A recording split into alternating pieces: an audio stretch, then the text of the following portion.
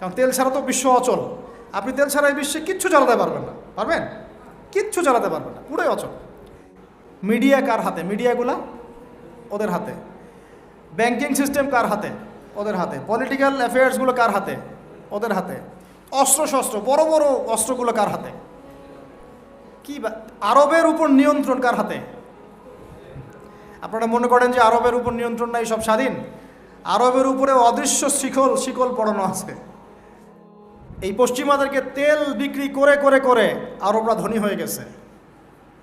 আর ওই তেলগুলো যদি আমরা না দিতাম, আজকে ওদের একটা যুদ্ধ বিমানও ফ্লাই করতো না।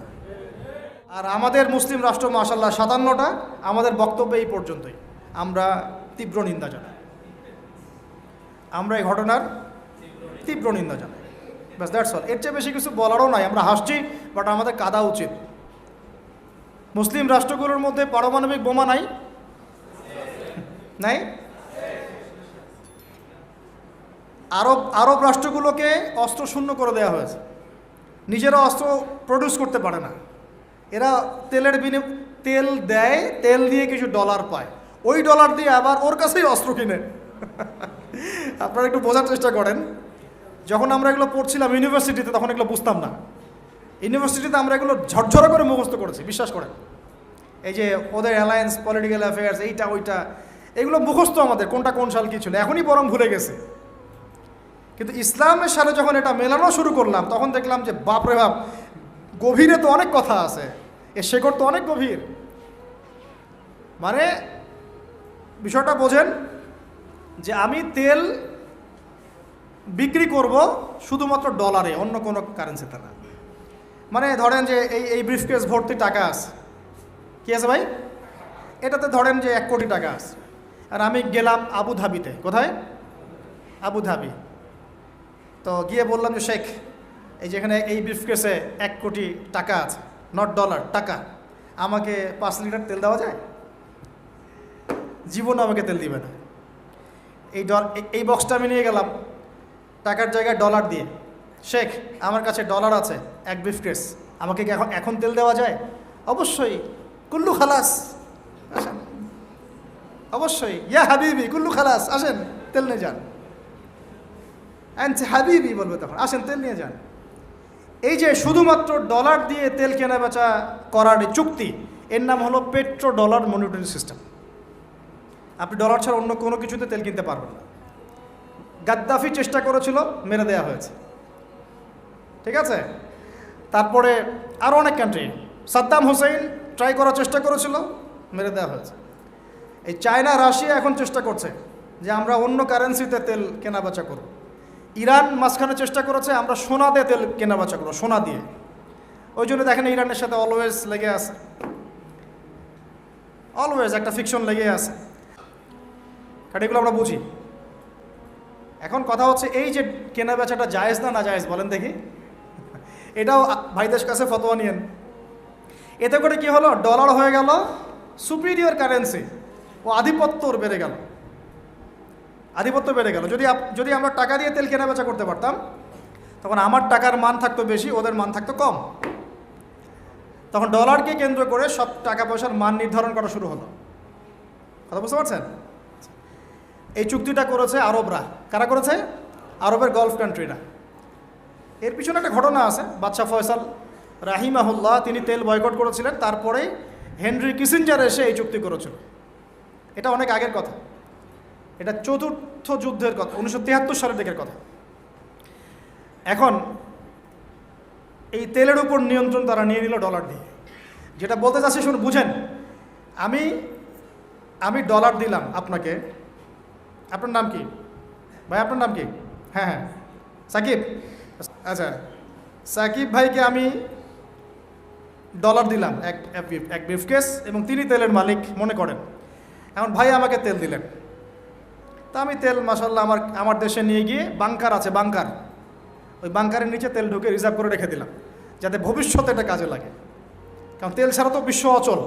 আপনি তেল ছাড়া এই বিশ্বে কিচ্ছু চালাতে পারবেন না, পারবেন? কিচ্ছু চালাতে পারবেন না, পুরোই অচল। তো এখন ভাই তো আবার অস্ত্র শস্ত্র তার কাছে নাই, সে আমার সাথে বন্ধুত্ব করেছে। এখন আমি তাকে বোঝাচ্ছি যে আপনার তো নিরাপত্তার জন্য অস্ত্র দরকার। আপনার আশপাশে অনেক শত্রু আছে, ইরান আছে আপনার পাশে, যদি হামলা করে আপনার শত্রুরা তো অভাব নাই, তাহলে অস্ত্র কিনতে হবে না আপনার? ও বলছে হ্যাঁ কিনতে হবে। তো তাহলে অস্ত্র তো আপনি বানাতে পারেন না, সেই প্রযুক্তি আপনার নাই। আমার দেশে অনেক অস্ত্র আছে, এগুলো আপনাকে দেই, আপনি ডলার দিয়ে এগুলো কিনে নেন। প্রথমে যে ডলারটা আমি ওকে দিয়ে তেল নিয়েছি, ওই ডলারটা আমি আবার ওর কাছ থেকে নিয়ে আমার অস্ত্র দিলাম ওকে। লাভ কার? বুঝেন নাই মনে হয়। প্রথমে আমি দিয়েছি ওকে ডলার, সাকিবকে, সাকিব দিয়েছে আমাকে তেল, সেই তেল নিয়ে আমি আমার দেশে রিজার্ভ করেছি, তেল তো আমার থাকলোই। আর আমার ডলার হলো কারেন্সি, সুপিরিয়র কারেন্সি, যা দিয়ে অন্য কারেন্সির মান নির্ধারণ করা হয়। এবার ওকে বুঝালাম তোমার অস্ত্র নাই, তো ও বলছে তো আমার তো প্রযুক্তি নাই, তাহলে আমাকে আপনি কিছু অস্ত্র বিক্রি করেন আমার কাছে।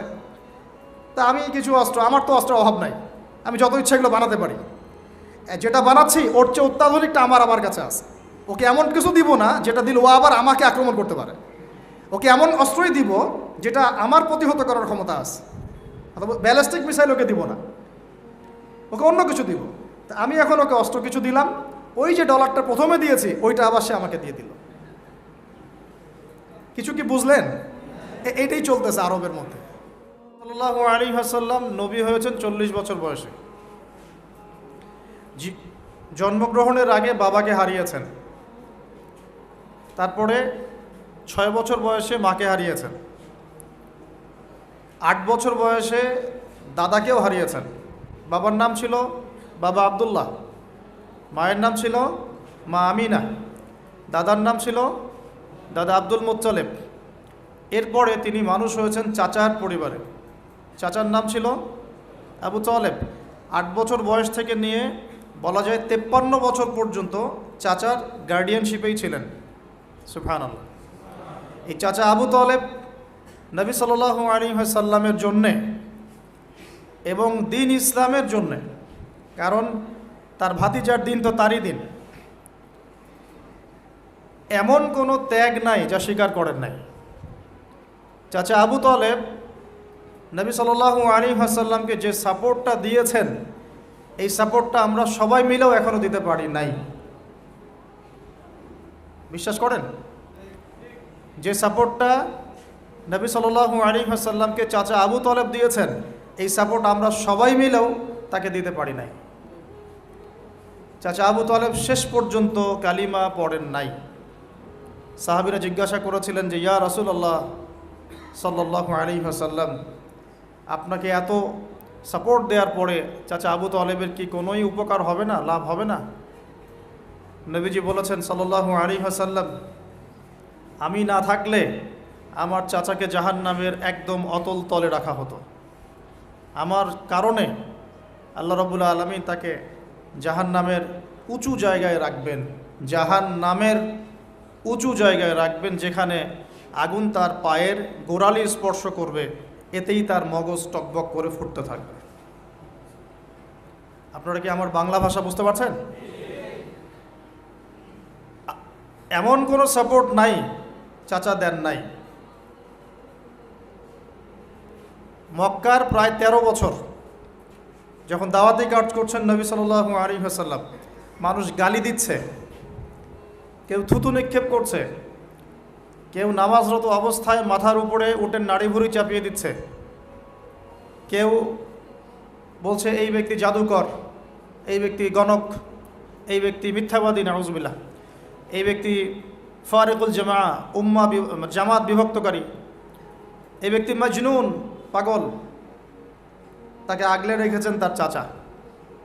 মানুষ অর্থনৈতিক বয়কট করছে, চাচা আগলে রেখেছেন। 3 বছর সমাজ থেকে বহিষ্কার করা হয়েছে, গাছের ছালপাতা খেয়ে থেকেছেন বনু হাশিম, চাচা আগলে রেখেছেন। চাচা ছোটবেলা থেকে তাকে এত মহব্বত করেছেন, তার ছেলেদেরকে নিয়ে যখন খেতে বসতেন, আমাদের নবী সাল্লাল্লাহু আলাইহি ওয়াসাল্লাম একটু লাজুক ছিলেন, তিনি শোরগোল করতেন না, চুপচাপ খেতেন। চাচা আলাদা করে একটা খাবার রেডি করে তাকে আলাদা করে ডেকে খাওয়াতো, কারণ সবার সামনে হয়তো সে বলতে পারছে না, লজ্জা পাচ্ছে, শাই ফিল করছে, বাবা নাই মানুষের সংসারে, হয় না? এটা আপনারা হয়তো সবাই বুঝবেন না, আমরা বুঝি। যারা বাবা বা মা ছাড়া বড় হয়েছে অন্যের সংসারে, তারা এগুলো বুঝতে পারে। নবী সাল্লাল্লাহু আলাইহি ওয়াসাল্লাম এতিমদের প্রতি এত রহমদিল কেন ছিলেন? কারণ তিনি তো এতিম অবস্থায় বড় হয়েছেন, তিনি তার কষ্টটা বুঝতেন। আমরা যদি এখানে যদি কেউ এতিম থাকেন, তিনি বুঝবেন এতিমের সাইকোলজি কেমন, তার চাহিদা কেমন, কষ্ট কেমন। চাচা আবু তালেব তাকে এত মহব্বত করেছেন আমি ভাষায় প্রকাশ করতে পারব না। আর আমরা চাচা আবু তালেব সম্পর্কে অনেক সময় আলোচনা করি, কিন্তু তার চাচির কথা ভুলে যায়। তার চাচির নাম ছিল ফাতিমা। কী নাম ছিল? এই নামে তিনি তার মেয়ের নাম রেখেছেন। এই ফাতিমা, তার চাচি, নবী সাল্লাল্লাহু আলাইহি ওয়াসাল্লামকে আলাদা করে ডেকে খাওয়াতেন, মহব্বত করতেন। তিনি কিন্তু তার সন্তান না, অন্য কারো সন্তান। একজন মেয়ের পক্ষে অন্যের সন্তান মানুষ করা চারটাখানি কথা না। সতীনের সন্তানই সহ্য করতে পারে না, আর অন্য মানুষের সন্তান নিজের মতো করে মানুষ করা একটা মেয়ের পক্ষে এত সহজও না। তো এই কাজটা চাচি করেছেন। আমি একটা জায়গায় আসতে চাচ্ছি, এত কিছু করার পরেও, সমাজের মানুষের অত্যাচার, নির্যাতন সব থেকে ভাতিজাকে প্রোটেক্ট করার পরেও শেষমেশ তিনি কালিমা লা ইলাহা ইল্লাল্লাহ সাক্ষ্য দেন নাই। শেষ মুহূর্তে নবী সাল্লাল্লাহু আলাইহি ওয়াসাল্লাম বারবার বলছিলেন, হে চাচা, খালি কালিমা পড়েন, আমি আপনার জন্য আল্লাহর কাছে সুপারিশ করব। তিনি শেষ পর্যন্ত কালিমা পড়েন নাই। শেষমেশ তিনি বলেছেন যে না, আমি আব্দুল মুত্তালিবের ধর্মের উপরে থাকলাম, নাউযুবিল্লাহ। সারা জীবন সাপোর্ট দেওয়ার পরে কালিমা পড়ে মুসলিম না হওয়ার ফলশ্রুতিতে আল্লাহর নবীজি বলছেন আল্লাহ পাক তাকে জাহান্নামের উঁচু স্থানে রাখবেন। আমরা যারা মুসলমান, মুসলিম পরিবারে জন্মগ্রহণ করেছি, আমরা বা আমাদের মধ্যে বেশিরভাগ মানুষ এখনও এই নিয়ামতের শুকরিয়া আদায় করতে পারি নাই যে আল্লাহ পাক আমাদেরকে মুসলমান পরিবারে জন্ম দিয়েছে, কালিমা পড়ার তৌফিক দিয়েছে। আমরা সহজে যা পেয়ে যাই তার মূল্য বুঝি না। আল্লাহ পাক যে আল্লাহ পাক কি আমাকে জিজ্ঞাসা করেছিলেন যে আবু আদনান, তোমাকে মুসলিম বানাবো না অমুসলিম বানাবো? আপনাকে কি আল্লাহ পাক জিজ্ঞাসা করেছেন, হে আব্দুল্লাহ, আব্দুর রহমান, তোমাকে মুসলিম বানাবো না অমুসলিম বানাবো, তুমি কি চাও? আল্লাহ পাক আমাদেরকে জিজ্ঞাসা করেন নাই। নিজ অনুগ্রহে আল্লাহ পাক আমাদেরকে মুসলিম পরিবারে জন্ম দিয়েছেন। তো সেই মুসলিম পরিবারের মানুষ এখন কালিমা লা ইলাহা ইল্লাল্লাহের সঠিক মর্মও জানে না, তাওহীদও জানে না, শিরকও চিনে না, ইমানের রোকনগুলোও বোঝে না, ইমানের মূলনীতিও বোঝে না, ইমান ভঙ্গের কারণও বোঝে না, কোনো কোনো ক্ষেত্রে ওযু গোসলের মাসলা মাসাইলও জানে না, নামাজ পড়ার ফরজ ওয়াজিব সুন্নাত মুস্তাহাব বোঝে না, নামাজ পড়েও না। মাশাআল্লাহ, জুমার দিনে নামাজ পড়তে আসে অনেকেই, ঈদের দিনে প্রথম দেখা যায়, আর জানাজার নামাজে প্রথম দেখা যায়। আর দেখা যায় যারা এরকম নামাজ কালাম পড়ে না, তাদের জানাজা আবার ৩-৪ বার হয়। নামাজগুলো মনে বাকি শোধ করে পড়ে। রোজা রাখে না, জাকাত তো মাশাআল্লাহ প্রায় উঠে গেছে বললেই চলে সমাজ থেকে। বাংলাদেশের ধনিক শ্রেণীরা যদি জাকাত দিত, 10টা পদ্মা সেতু বানানো যায়। বিশ্বাস করতেছেন না? ধনীরা যদি সত্যি সত্যি জাকাত দিত, জাকাতের টাকা পদ্মা সেতুতে দেওয়া যাবে কিনা সেটাও একটা মাসালা আর কি। আমি একটা এক্সাম্পল দিলাম আর কি। জাকাতের টাকা দুইটা করা যাবে কিনা এটা তো একটা মাসালা, তাই না? জাকাতের খাত তো 8টা, ইন্নামা সাদাকাতু লিল ফুকারা ওয়াল মাসাকিন ওয়াল আমিলিনা আলাইহা ওয়াল মুআল্লাফাতি কুলুব ওয়া ফির রিকাব ওয়া ফি সাবিলিল্লাহ, এরকম কয়েকটা খাত আছে। আমি একটা এক্সাম্পল দিলাম, যদি বাংলার মানুষ ধনিক শ্রেণী ঠিকঠাক জাকাত দিত, বিশ্বাস করেন সমাজে আপনি দরিদ্র মানুষ খুঁজে পেতেন। জাকাত ভিত্তিক অর্থনীতি চালু আপনি করতে পারবেন না, রাষ্ট্রীয়ভাবে পারবেন না।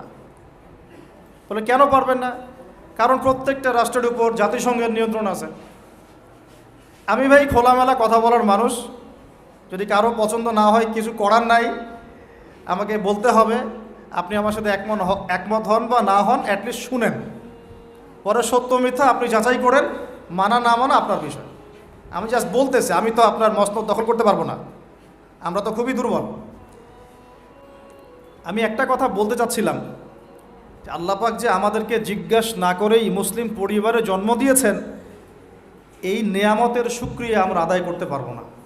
যদি সারা জীবন সেজদায় পড়ে থাকি এখন থেকে নিয়ে, আমরা শুধু তাওহীদের অনুসারী হয়েছি, এই কৃতজ্ঞতাই আমরা আদায় করতে পারবো না। আমরা দিনের জন্য কিছুই করি নাই, আমাদের দ্বারা ইসলামের বড় বড় খেদমত হয়েছে এমন না। আবু তালেব একা যা করেছেন, আমার মতো 100 জন আবু তাহেব তা করতে পারে নাই, পারবে না, এটাই সত্য কথা। আবু তালেব কোন অবস্থায় করেছেন? যখন চতুর্দিক থেকে আল্লাহর নবীকে সবাই ছিছি করছে, গালিগালাজ করছে, হত্যার পর্যন্ত চেষ্টা করছে। পুরো সমাজ একদিকে, আবু তালেব একাই একদিকে। তার কাছে প্রস্তাব দেওয়া হয়েছে, তোমার ভাতিজাকে আমাদের হাতে তুলে দাও, নাহলে আমরা ব্যবস্থা নিব। সে বলছে, আমি আমার ভাতিজাকে তোমাদের হাতে তুলে দিব না যতদিন না আমার দেহ মাটির তলে না যাচ্ছে। হ্যাঁ, তিনি নবীজিকে গিয়ে বলছেন, তা আমার বৃদ্ধ কাঁধের উপর এত বোঝা দিও না ভাতিজা, আমার বয়স হয়ে গেছে, ওরা তোমাকে বলছে তুমি দাওয়াতটা ছেড়ে দাও। তো নবীজি বলছেন, আমার ডান হাতে যদি চাঁদ এনে দেওয়া হয়, বাম হাতে সূর্য এনে দেওয়া হয়, চাচা আমি এই দাওয়াত ছাড়তে পারবো না।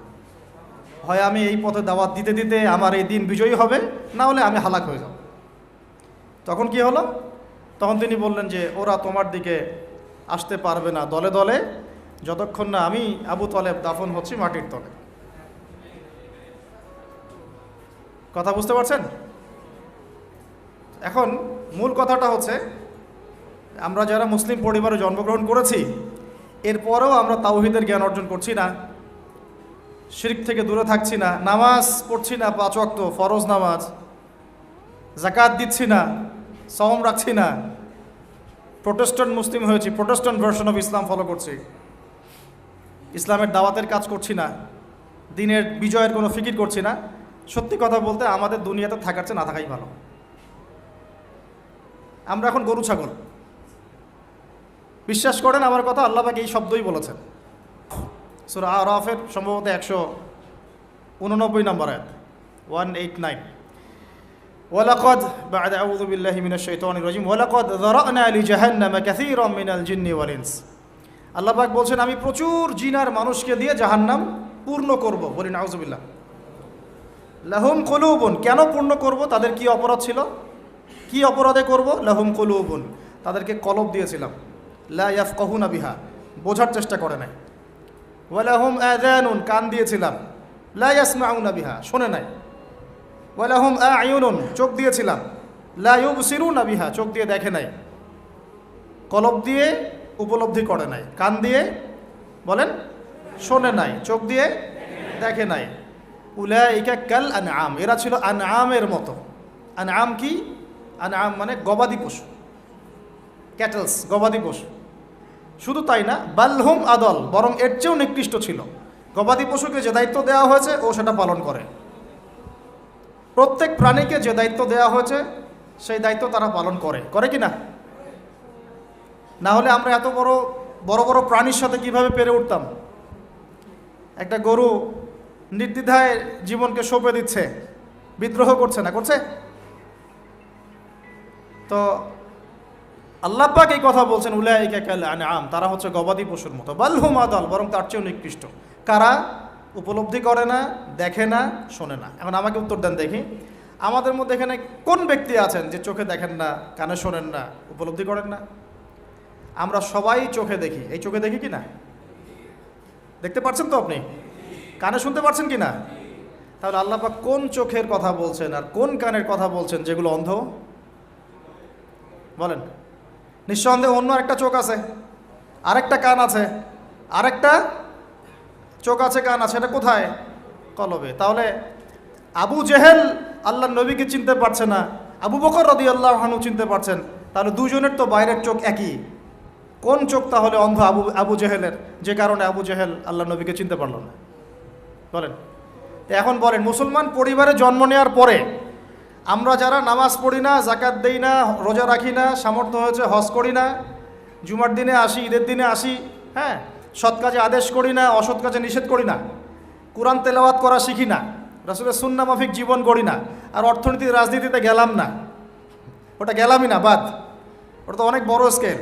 তাহলে আমাদের কি চোখ আসলেই আছে, কান আসলেই আছে, কলব কি আসলেই জিন্দা, না সত্যিকার অর্থে আমরা গবাদি পশু হয়ে গেছি? আত্মপর্যালোচনা করতে হয় তো। আত্মপর্যালোচনা, মোরাকাবা মানে হচ্ছে আত্মপর্যালোচনা, নিজেদেরকে নিয়ে ভাবতে হবে তো। এখন আপনি আমাকে উত্তর দেন, যেই মুসলমান নামাজ পড়ে না, রোজা রাখে না, দাওয়াতের কোনো মেহনত নাই, দিন প্রতিষ্ঠার সংগ্রাম নাই, কোরআনও তেলাওয়াত করতে জানে না, আল্লাহর পথে সদকা করে না, তাওহীদের জ্ঞান নাই, শিরকের জ্ঞান নাই, সুন্নতের জ্ঞান নাই, বেদাতের জ্ঞান নাই, ঈমান ভঙ্গের কারণ জানে না, অজু করার মাসালাও জানে না, তো এই মুসলমান সারা বিশ্বে মার খাবে না তো কারা খাবে? আমাকে বলেন, উত্তর দেন। আমার জানা নাই, আমি এগুলো বুঝি না, বুঝতে আসছি। আমি অনেক কিছুই বুঝি না, যে আমার বুঝের সাথে অনেক কিছুই মিলে না। আমার বুঝ এইটা যে মার খাবো না তো খাবে কারা, এটা আমার বুঝ। এখনও যে আমরা বসে আছি এখানে খাই নাই, সেটাই তো আল্লাহ পাকের রহমত। অনেক আগেই তো আল্লাহর গজব আসা উচিত ছিল। নামাজ তো আগেই ছেড়ে দিছো তুমি, যাকাত দাও না, রোজা রাখো না, রসুলের সুন্নাতের কোনো খবরই নাই, প্রতিদিন ক্লিন শেভ করতেছো তুমি, আল্লাহ রাসূলের সুন্নতকে জবাই করতেছো, প্রতিদিন করতেছো,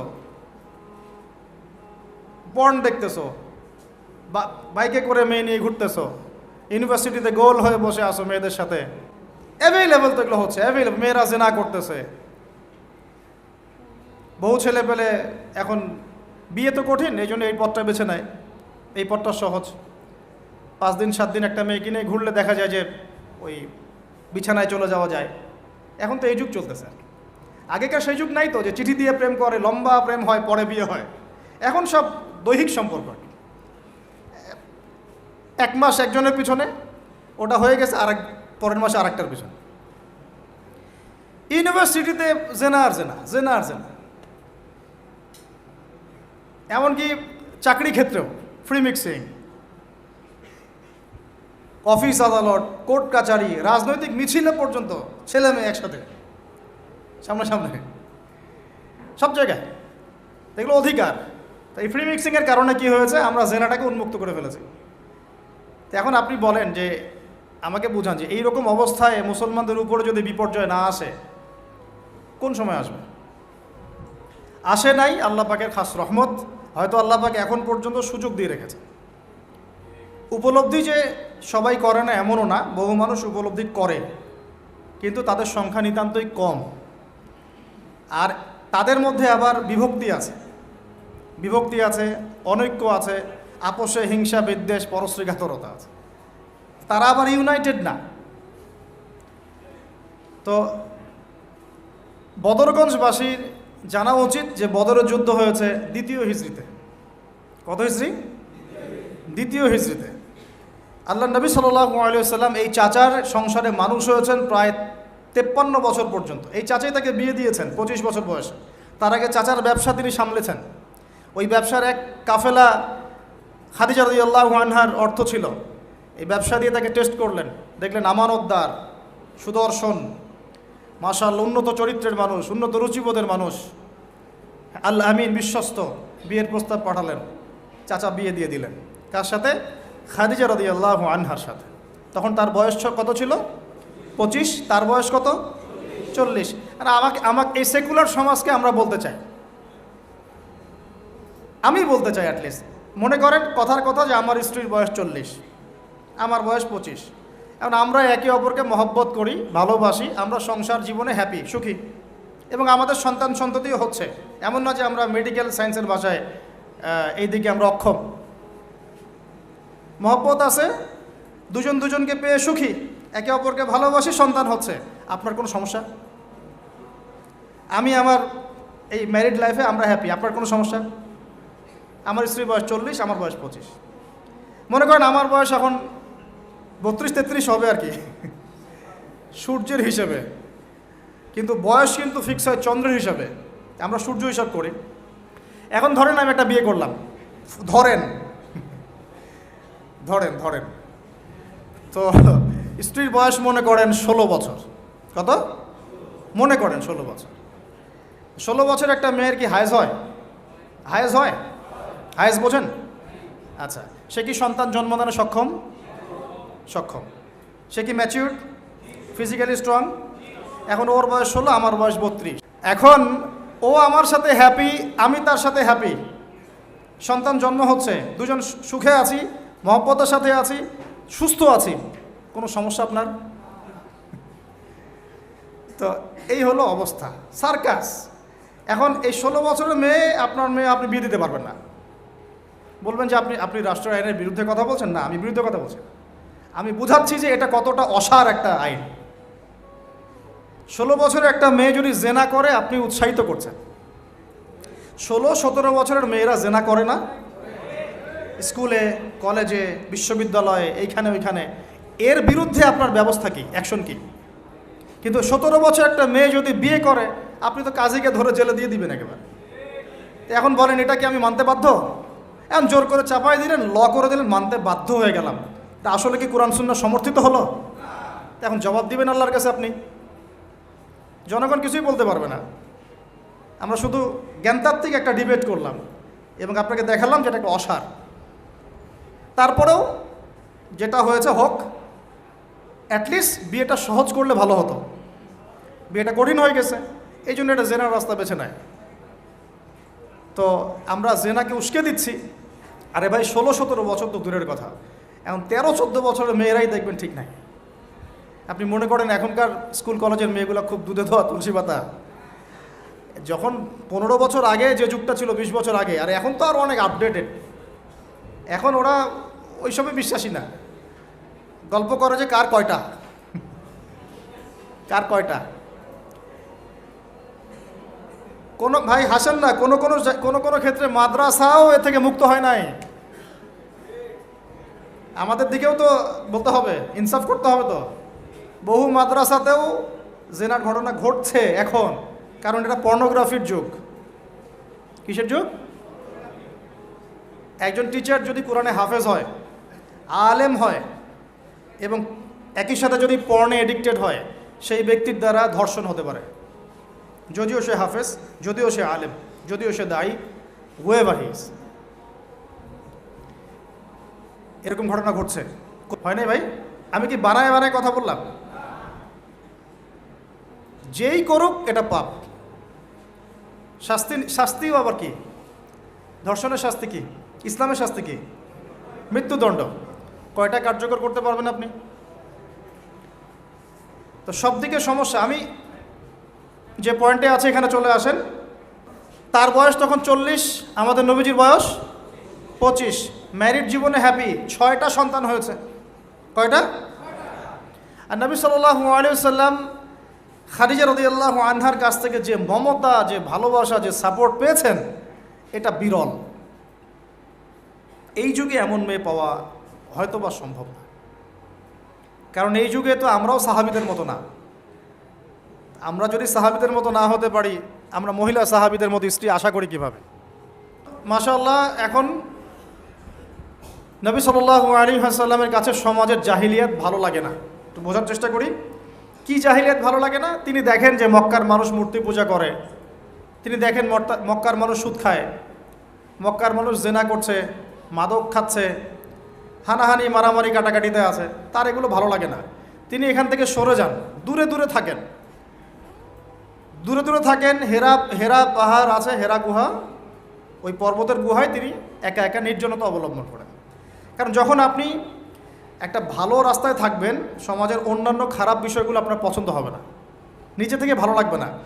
এই যে আমি যতটুকু ইমানদার, পাশে কনসার্টের গান কানে আসলে আপনার খারাপ লাগে না? লাগে তো, আপনি বুঝতে পারেন না? চোখের মধ্যে খারাপ কিছু পড়ে গেলে আপনার খারাপ লাগে, মনে হয় যে এখান থেকে চলে যেতে পারলেই বাঁচি। আপনি বাসে যাচ্ছেন, দেখলেন যে ড্রাইভার গান ছেড়ে দিল, দিদি তেরা দেবার দিওয়ানা, আর বাসে কেন জানি এইসব গানই বাজে। আমরাই নাকি ভাষার জন্য আবার যুদ্ধ করেছি, লজ্জা আমাদের। আমরাই নাকি ভাষার জন্য রক্ত দিয়েছি, কিন্তু আমাদের সব কেন জানি হিন্দি সংস্কৃতি। হ্যাঁ, তো কত বড় ভণ্ডামি আমাদের মধ্যে আছে দেখেন। ভাষার জন্য আমরা লড়াই করেছি, জীবন দিয়েছি, গর্বের। এটা অবশ্যই আমাদের জন্য গর্বের, কিন্তু আমাদের ঘরে ঘরে এখন হিন্দি কেন? ঘরে ঘরে হিন্দি কেন? তাহলে আমরা কি এটা কি দিবস পালন করার বিষয়, না আদর্শ লালন করার বিষয়? কোর্ট কাচারি, অফিস আদালত, সব কিছুর ভাষা হচ্ছে ইংরেজি, ওখানে বাংলা চলে না কেন? আমরা কি ইংরেজির জন্য যুদ্ধ করেছি? এই উপমহাদেশ 200 বছর শাসন করেছে ব্রিটিশরা, ওরা চলে গেছে, 200 বছর পিটিয়েছিল খুব আমাদেরকে, তারপরে আমাদের বাপদাদারা যুদ্ধ করে ওদেরকে এখান থেকে তাড়িয়ে দিয়েছে। কিন্তু ওরা চলে গেলেও ওদের কোনো সুন্নত নিয়ে যায় নাই, ওদের সব সুন্নত দিয়ে গেছে। কোর্ট কাচারির সুন্নত দিয়ে গেছে, অর্থনৈতিক ব্যাংকিং সুন্নত দিয়ে গেছে, রাজনৈতিক সুন্নত দিয়ে গেছে, এমনকি পোশাক আশাকের সুন্নতও দিয়ে গেছে, এমনকি বাথরুমের টয়লেট ওইটাও দিয়ে গেছে। সবখানে এখন হাই কমোড, ব্রিটিশ ইংলিশ। তো ওরা কি আসলেই চলে গেছে আর আমরা কি আসলেই স্বাধীন? কে বলবে এইগুলো আর কে ভাববে? আর মানুষ এগুলো কবেই পজিটিভলি নেওয়ার চেষ্টা করবে আল্লাহ ভালো জানেন। বাট আমরা বলে যাচ্ছি ইনশাল্লাহ একদিন না একদিন ইসলাম হবে ইনশাল্লাহ। আল্লাহ পাক যেন সহজ করেন এবং কবুল করেন। এখন কথা হচ্ছে যে তিনি দেখেন আরবের লোকজন সুদ খায়, মদ খায়, জেনা করে ইত্যাদিতে, তিনি একা একা থাকা শুরু করলেন। একা থাকতে থাকতে ওই সময় তিনি যেভাবে ইবাদত করতে পারতেন সেভাবে ইবাদত করেছেন। কারণ আগেও ইবাদতের কিছু সিস্টেম ছিল, কারণ আরবের মানুষরা দাবি করতো তারা হচ্ছে মিল্লাতে ইব্রাহিমের উপর আছে, বিকৃত, কিন্তু ওরা মনে করতো আমরা ইব্রাহিমের ধর্মের উপরেই আছি। এখন 40 বছর বয়সে নবী সাল্লাল্লাহু আলাইহি ওয়াসাল্লামের কাছে প্রথম ওহীটা চলে আসতো। প্রথম ওহী কি ছিল ভাই? কোন সূরা? সূরা আলাকের কত নম্বর আয়াত? প্রথম আয়াতটা, প্রথম ওহীটা কি সংক্রান্ত ছিল? নামাজ পড়ো, রোজা রাখো, হজ করো, যাকাত দাও, মূর্তি পূজা করো না। কি বলেছেন আল্লাহ পাক? ইকরা বিসমি রাব্বিকাল্লাযী খালাক। হে নবী, কথাটা বুঝুন, হে নবী মুহাম্মদ সাল্লাল্লাহু আলাইহি ওয়াসাল্লাম, আপনি যেগুলো দেখে ব্যথিত, যে সমাজটার এই যে জাহেলিয়াত আপনি দূর করতে চান, যাদেরকে নিয়ে আপনি চিন্তাগ্রস্ত, আপনার কাছে ভালো লাগে না এই জাহিলিয়াতগুলো, এগুলোকে দূর করতে হলে আগে পড়াশোনা করতে হবে, জ্ঞান লাগবে। আগে কি লাগবে? ওই জায়গায় মুসলমানরা পিছিয়ে পড়ার কারণে আজকে এই অবস্থা হয়েছে। দুজনের বুঝে আসছে, দুজন ঠিক বলছে। ওই ইকরা বিসমি রাব্বিকাল্লাযী খালাক, এই পড়াশোনা থেকে আমরা পিছিয়ে পড়েছি বলেই আমাদের আজকে এই অবস্থা হয়েছে। বলছেন, এখন বলবেন যে আমরা তো পড়াশোনা করছি, সাক্ষরতার হার তো আমাদের 80, 67, 77 এরকম আর কি। তো সত্যিই কি পড়ছি? ইকরা বিসমি রাব্বিকাল্লাযী খালাক অর্থ হচ্ছে পড়ুন আপনার রবের নামে, যিনি আপনাকে, যেই জ্ঞান আপনাকে আপনার স্রষ্টার দিকে নিয়ে যাবে সেটাই তো জ্ঞান। আর এখনকার আমাদের জ্ঞানগুলো কি সত্যি আমাদেরকে আল্লাহর দিকে নিয়ে যাচ্ছে নাকি আল্লাহ থেকে দূরে সরাচ্ছে? তাহলে বোঝেন। এখন আপনি যদি বলেন যে তাহলে কি আপনি শুধু মাদ্রাসা শিক্ষাকেই সমর্থন করছেন, জেনারেল শিক্ষা সমর্থন করছেন না? আমি বলবো না, আমি নিজেও জেনারেল শিক্ষিত একজন মানুষ। আমরা অনার্স মাস্টার্স করেছি এবং আমরা কখনো সেকেন্ড হইনি আলহামদুলিল্লাহ, কয়েকবার ছাড়া। তো আমরাও জানি ব্যাপারগুলো কি। আমরা জেনারেল শিক্ষার উপকারী শিক্ষাগুলোকে সমর্থন করি, কিন্তু কোরআন এবং সুন্নাহ ইসলামের মূল শিক্ষাটাকে বাদ দিয়ে এই জেনারেল শিক্ষা আমার কোনো উপকার করবে না। আবার একই সাথে কোরআন এবং হাদিস এই দুটাতে দক্ষ হয়েও যদি আমরা বর্তমান বিশ্বের উপকারী জ্ঞানগুলো অর্জন করতে ব্যর্থ হই, তখন কোরআন সুন্নাহকে হাতে নিয়েও এই বিশ্বকে চ্যালেঞ্জ করতে পারবো না। তাহলে দরকার কি? সমন্বয়। এই সমন্বয় হওয়া উচিত ছিল আজকে থেকে 50 বছর আগেই। এখন আমাদেরকে এগুলো নিয়ে কথা বলতে হচ্ছে, এটাই দুঃখজনক। যেখানে শিক্ষা প্রতিষ্ঠান আছে, রাষ্ট্রীয় নিয়ন্ত্রণাধীন প্রতিষ্ঠানে হয়তো আপনি ইন্টারফেয়ার করতে পারবেন না, কিন্তু ব্যক্তিগত উদ্যোগে যত শিক্ষা প্রতিষ্ঠান আছে এগুলোতে ইসলামিক শিক্ষা এবং জেনারেল শিক্ষা দুটাকে সমন্বয় করার চেষ্টা করেন। আল্লাহ পাক তৌফিক দান করুন। দেখবেন আগামী 10 বছরের মধ্যে একটা আলোকিত প্রজন্ম গড়ে উঠবে ইনশাআল্লাহ। আমার ছেলে বাংলা, ইংরেজি, অঙ্ক সব শিখবে, এদিকে হাফেজে কোরআন হবে, আরবি ভাষা শিখবে, আরবি ব্যাকরণ শিখবে, হাদিসের ইবারত পড়ার যোগ্যতা অর্জন করবে, মোতাআলা করবে। মাশাআল্লাহ, একদিন দেখা যাবে সে কোরআন সুন্নাহর জ্ঞানেও দক্ষ হয়েছে, এদিকে সে ডক্টর হয়েছে, মাশাআল্লাহ, সে ইঞ্জিনিয়ার হয়েছে, পাইলট হয়েছে, সেনাবাহিনীর মেজর কর্নেল হয়েছে। সম্ভব না? অনেক ডক্টর দেখবেন যে 50 বছর বয়স হওয়ার পরে ইসলামের দিকে এসে চর্চা করা শুরু করে, তারপরে দিনের দিকে হেদায়েত হয়ে দিনের উপকারে কাজ করছে। অনেক ইঞ্জিনিয়ার সাহেব এই কাজ করছেন।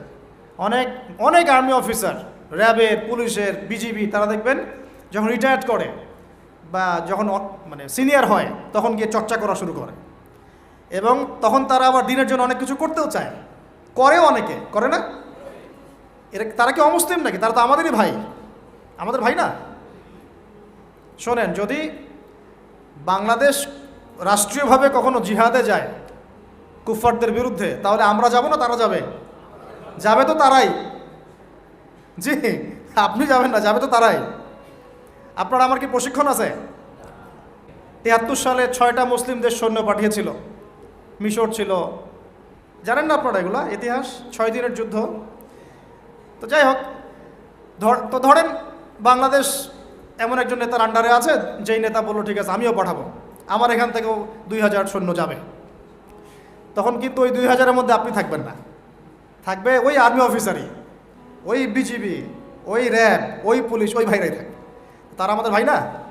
তাদেরকে মেসেজটা পৌঁছাতে হবে যে আপনারা পরিপূর্ণ ইসলামের সামনে আত্মসমর্পণ করেন। ইনশাআল্লাহ আল্লাহ পাক দুনিয়াতেও সুখী করবেন, পরকালেও সুখী করবেন। আমরা দোয়া করব, দোয়া। আপনারা কখনো একটা রাষ্ট্রের মধ্যে জাতিগত বিভাজনে যাবেন না। জাতিগত বিভাজনটা খুব খারাপ, এতে করে রাষ্ট্রের অভ্যন্তরীণ যে স্থিতিশীলতা নষ্ট হয়ে যায়। আমরা আলহামদুলিল্লাহ ইসলামকে তো ভালোবাসি, মহব্বত করি, পারি না পারি আমাদের মন তো ব্যথিত হয়, হয় না? এটা আল্লাহ পাক দেখছেন ইনশাআল্লাহ। আল্লাহ পাক ওই অনুযায়ী আমাদেরকে প্রতিদান দিবেন ইনশাআল্লাহ। তবে চেষ্টা আরও বাড়াতে হবে। এই চেষ্টা বাড়ানোর কথা বলতে এখানে আসছি। আল্লাহ নবীর মন খারাপ, তখন ওহী এসেছে।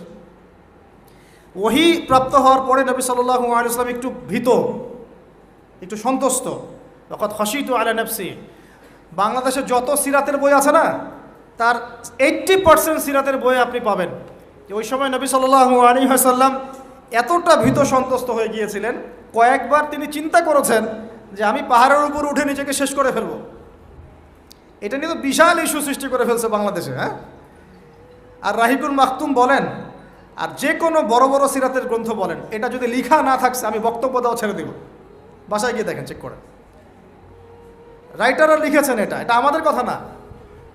কয়েকবার তিনি পাহাড়ের উপর উঠে চিন্তা করেছেন যে আমি যা দেখলাম, ফেরেশতা এসেছে আমাকে জড়িয়ে ধরেছে, আমাকে বলছে পড়ুন, আসলে ব্যাপারটা কি, আমি কি মানে সঠিক আছি না ভুল হচ্ছে। মানসিক একটা পেরেশানির মধ্যে তিনি ছিলেন। তখন কয়েকবার নিজেকে শেষ করে ফেলার চেষ্টাও করেছেন। যখনই তিনি উঠেছেন তখনই জিবরাইল আলাইহিস সালাম সামনে এসেছেন। ইয়া মুহাম্মদ, আপনি পাগল নন, আনতা রাসূলুল্লাহ ওয়া আনা জিবরিল। হে মুহাম্মদ, আপনি পাগল নন, আপনি হচ্ছেন আল্লাহর মনোনীত রাসূল, আর আমি জিবরাইল। আপনি বিচলিত হন না। আরও একদিন আবার জিবরাইল আলাইহিস সালাম হাজির। এভাবে হতে হতে তিনি আশ্বস্ত হলেন যে হ্যাঁ, আসলে যা হচ্ছে সব সঠিক। এটা কি একটা বড় ঘটনা না? এরপরে তিনি বাসায় আছেন, বেশ কয়েকদিন ওহী আসা বন্ধ আছে। আল্লাহ পাক প্রস্তুত করছেন তাকে, কারণ ব্যাক টু ব্যাক ওহী আসতে থাকলে এটা একটা ওয়েট আছে, নেয়ার মতো ক্ষমতাকে তৈরি হতে হয়তো।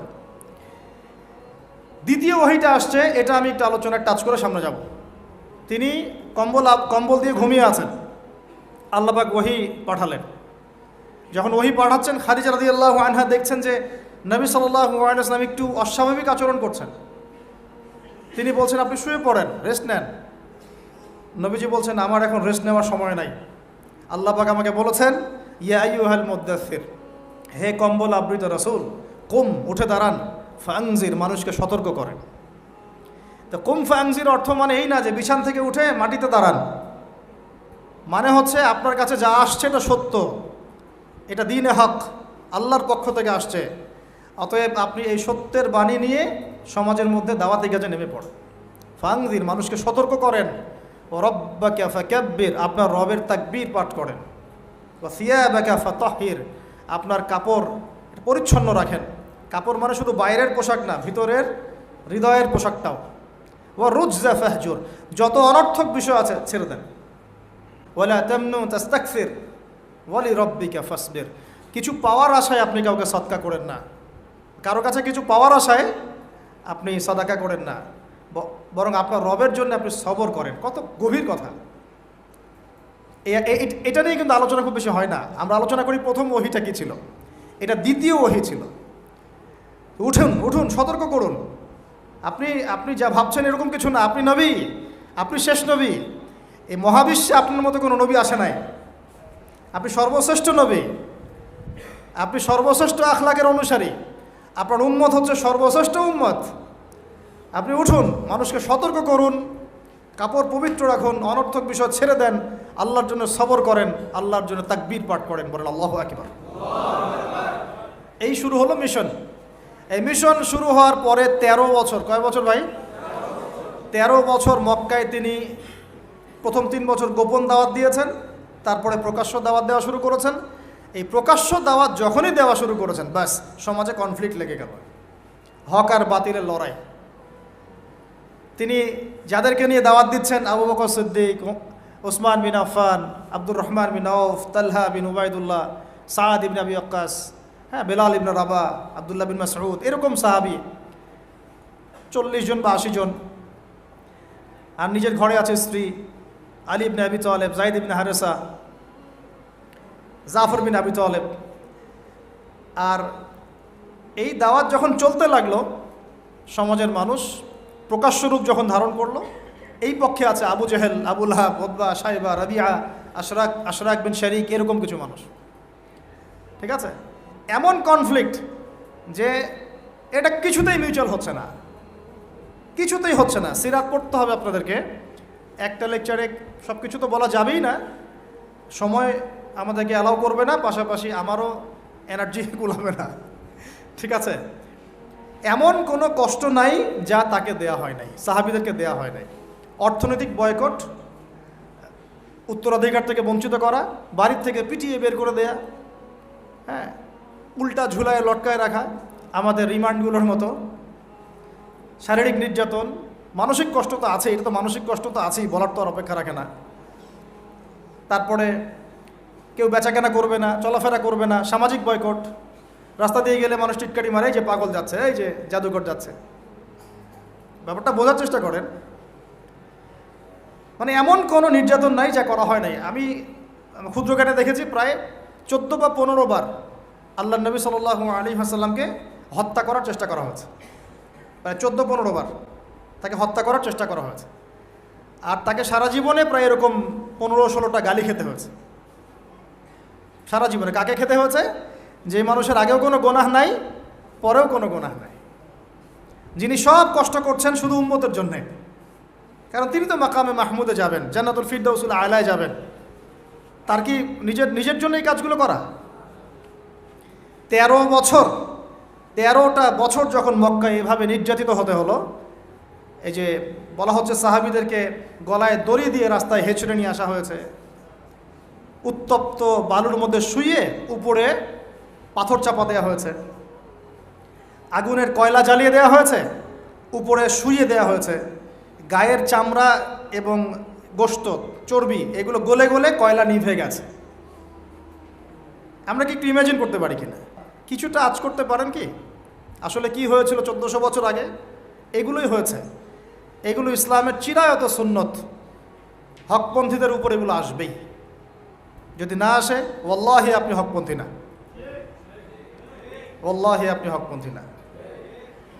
আপনি প্রোটেস্ট্যান্ট ভার্সন অফ ইসলামে আছেন অথবা মডারেট ইসলামে আছেন, এটাও ঠিক ওটাও ঠিক, আমি মাঝামাঝি থাকবো।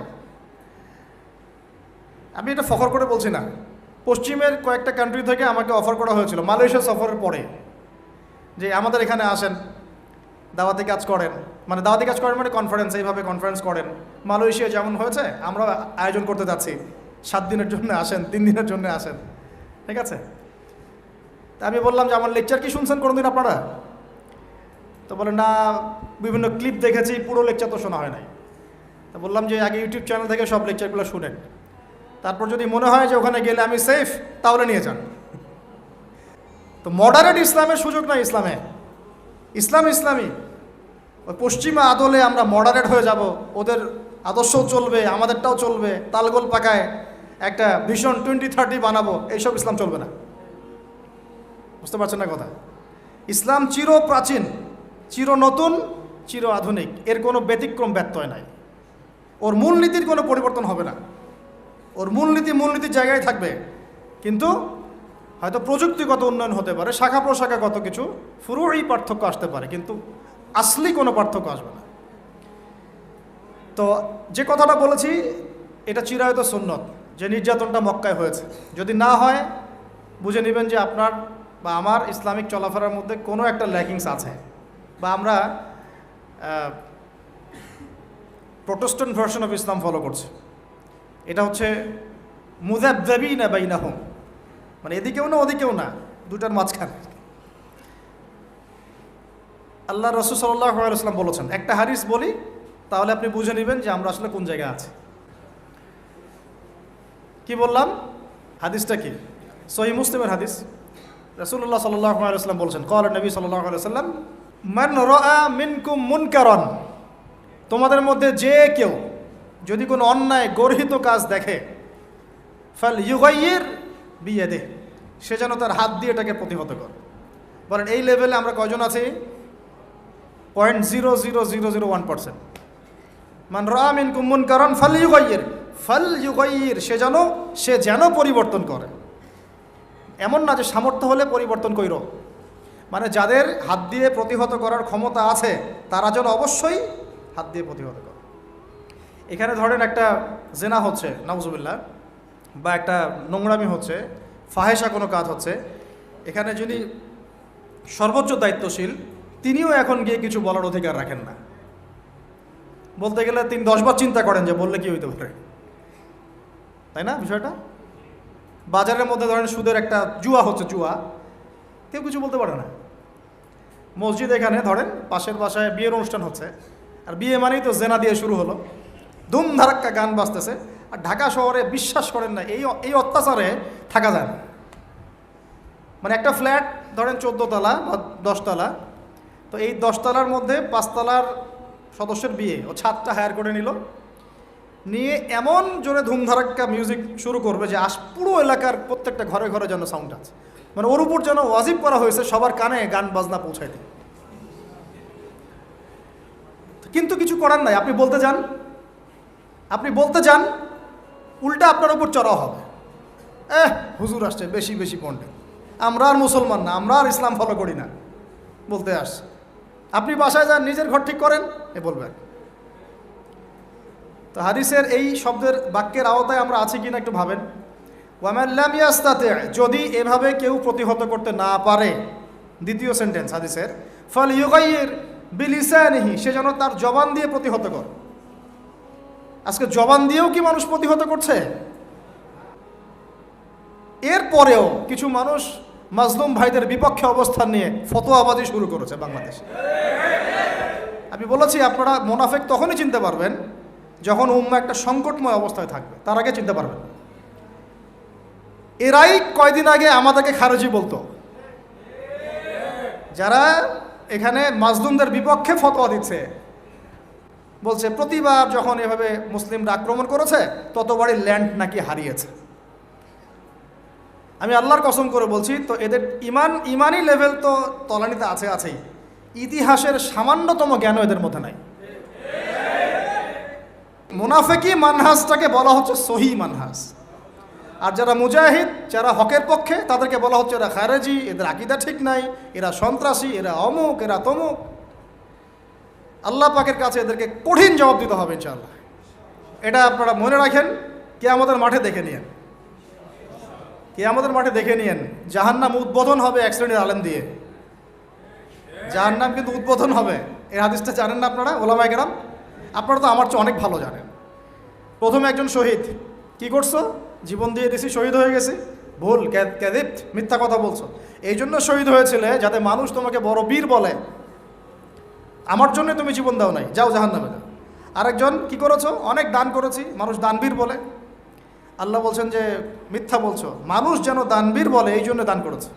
দান করার সময় সতর্ক থাকেন, লোক দেখায় দান করেন না, আগে তো দানটা বেশি করেন আপনারা। তা আমরা এই সুযোগটা নিব, অবশ্য আমরা বেশি বেশি দান নিব এখন তাদের কাছ থেকে, ঠিক আছে? তাদেরকে ইনভাইট করবো আর দান বেশি করে নিব। ভুলেও না, এই কাজ ভুলেও করবেন না। রিক্সাওয়ালা ভাইয়ের কাছ থেকে সৎকা নেবেন 10 টাকা, ওই মুচি মুচি ভাই, তরকারিওয়ালা, ভ্যান চালক, এদের কাছ থেকে হালাল টাকা থেকে টাকা নেই। ওই ব্যারাট মসজিদ থেকে দিন প্রচার হবে, আর হারাম টাকার এসি মসজিদ থেকে দিনের কোনো প্রচার হবে না। বাংলাদেশে এসি মসজিদের অভাব নাকি? আমার কথা রাগ করতেছেন নাকি? বাংলাদেশে এমন অনেক মসজিদ আছে কোটি কোটি টাকার প্রজেক্ট, ঠিক শেষ জামানার হাদিসের মতো। নবীজি বলেছেন শেষ জামানায় কিছু মসজিদ হবে চাকচিক্যময়, একদম গর্জিয়াস, হেদায়েত উঠে যাবে। পরের লাইন হচ্ছে হেদায়েত উঠে যাবে, ওঠে নাই? নামাজ শেষ, মসজিদ বন্ধ। মসজিদে খাদেমদের মাঝে মাঝে অস্থিরতা দেখলে মনে হয় যে বাসায় গিয়ে সুন্নতটা পড়ি, এখানে পড়ার দরকার নেই, বিরক্ত হচ্ছে মনে হয়। নামাজ শেষ হওয়ার পর তাড়াতাড়ি এসি বন্ধ করতেছে, লাইট অফ করতেছে, ফ্যান অফ করতেছে। ভাই তাড়াতাড়ি যান, কিন্তু বিল উঠতেছে। আল্লাহ আমাদেরকে বোঝার তৌফিক দান করুন। তো উম্মার ক্রান্তি লগ্নেই আপনি এগুলো চিনতে পারবেন, তাছাড়া পারবেন না।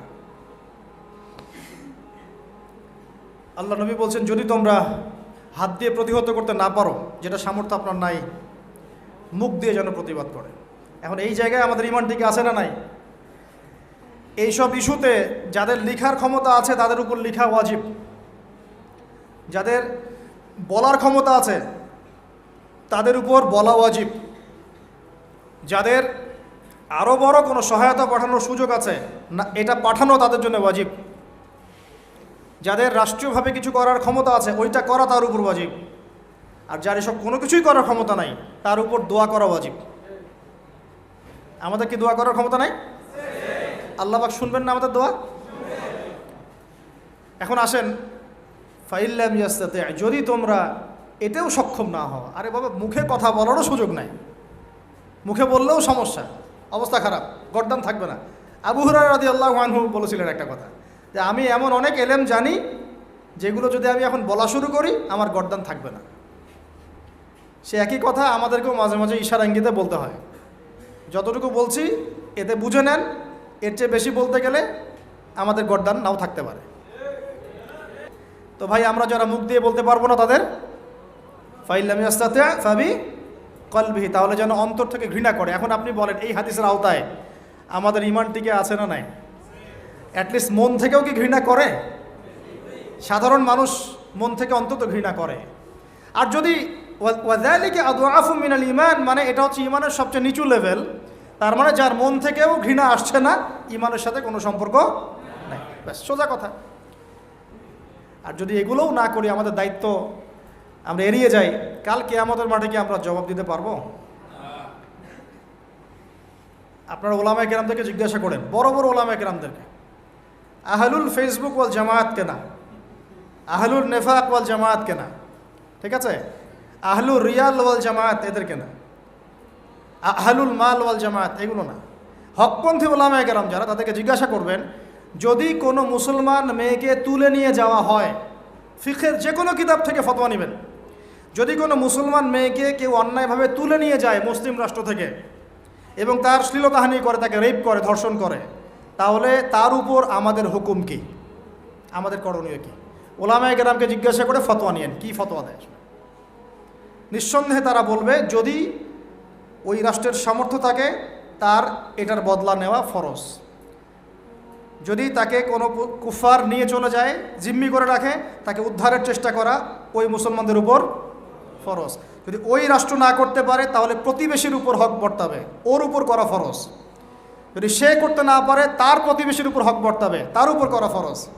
যদি কেউ না করে সারা মুসলিম উম্মার উপরে তখন দায়িত্ব বর্তাবে, সবার উপরে করা ফরজ। আমি জাস্ট আপনাকে দুইটা দলিল দিচ্ছি। এক, ইসলামের ইতিহাসে একটা বড় যুদ্ধের নাম তাবুক যুদ্ধ। কি যুদ্ধ? সরাসরি ব্যাটল হয়নি, কিন্তু নবী সাল্লাল্লাহু আলাইহি ওয়াসাল্লাম একটা চিঠি এভাবে লিখে একজন সাহাবীর হাতে দিয়ে পাঠিয়ে দিয়েছিলেন যে তুমি রোমান সম্রাটের কাছে যাও, রোমকদের একটা অংশ, পুরো রোমটা হিরাক্লাস ছিল, এটা একটা অংশ, গিয়ে ইসলামের দাওয়াত দাও, তার ইসলাম কবুল করে কিনা দাওয়াত দাও। চিঠি পেয়ে অহংকার বশত ওই শাসক এই মুসলিম সাহাবীকে হত্যা করে। হয় না এরকম? হ্যাঁ, এত বড় সাহস, আমাকে দাওয়াত দিতে আসে, আমরা পরাশক্তি, তোরা কোথাকার বেদুইন আরবের, এসব বলে বলে তাকে হত্যা করছে। নবী করিম সাল্লাল্লাহু আলাইহি ওয়াসাল্লাম একজন সাহাবীর হত্যার বিনিময়ে বিনিময়ে বা মানে এই ঘটনাকে কেন্দ্র করে 30,000 সৈন্য রেডি করে যাত্রা করেছেন তাবুকের দিকে। কত হাজার? একজন সাহাবীর হত্যার বদলা নেওয়ার জন্য। এত বড় সাহস! আমার সাহাবীকে হত্যা করা হয়েছে, একজন সাহাবী, রাষ্ট্রদূত, সে কিন্তু রাষ্ট্রদূত ছিল। রাষ্ট্রদূতকে হত্যা করা কিন্তু একটা বড় অন্যায় না? বড় অন্যায়। আল্লাহ নবী ফোর্স নিয়ে 30,000 সৈন্য নিয়ে গিয়েছেন, একদম কাঠ ফাটা রোদ, 3 মাস 4 মাস পায়ে হেঁটে গিয়েছেন। ওই সময় তো সূরা তাওবার আয়াত নাজিল হয়েছে, অনেকে যায় নাই, আয়াতুন নিফাকগুলো নাজিল হয়েছে, মনে নেই আপনাদের? এই যুদ্ধেই আবু বকর রাদিয়াল্লাহু আনহু বলেছিলেন যে আমি আমার বাসায় আল্লাহ এবং তার রাসূলকে রেখে সব দিয়ে দিলাম। ওমর রাদিয়াল্লাহু আনহু বলেছিলেন আমি আমার বাসায় অর্ধেক সম্পত্তি রেখেছি, বাকি অর্ধেক দিয়ে দিলাম। উসমান রাদিয়াল্লাহু আনহু এই যুদ্ধে এই 30,000 সেনাবাহিনীর 10,000-এর দায়িত্ব নিয়েছিলেন। এই 10,000 সেনাবাহিনী 3 মাস খাবে দাবে কি পড়বে সব দায়িত্ব তার। কত বড় দানবীর চিন্তা করেন। আমি একটা এক্সাম্পল দিলাম। একজন মুসলিমকে অন্যায়ভাবে হত্যার বিপরীতে নবী সাল্লাল্লাহু আলাইহি ওয়াসাল্লাম কী পদক্ষেপ নিয়েছেন, আর আমরা তার উম্মাহ 75 বছর থেকে চোখের সামনে এগুলো দেখে আসতেছি, কোনো প্রতিক্রিয়া নেই। আমাদের প্রতিক্রিয়া এতটুকুই, আমরা এর তীব্র নিন্দা জানাই, এটাই আমাদের প্রতিক্রিয়া। আমরা এই ঘটনার তীব্র নিন্দা জানাই, আমরা এর পাশে, আমরা তাদের প্রতি সহানুভূতিশীল। কোনো সিভিলিয়ানকে হত্যা করা উচিত নয়, এগুলো আমাদের বিবৃতি আর কি, কেউ কিছু বলতে পারে না।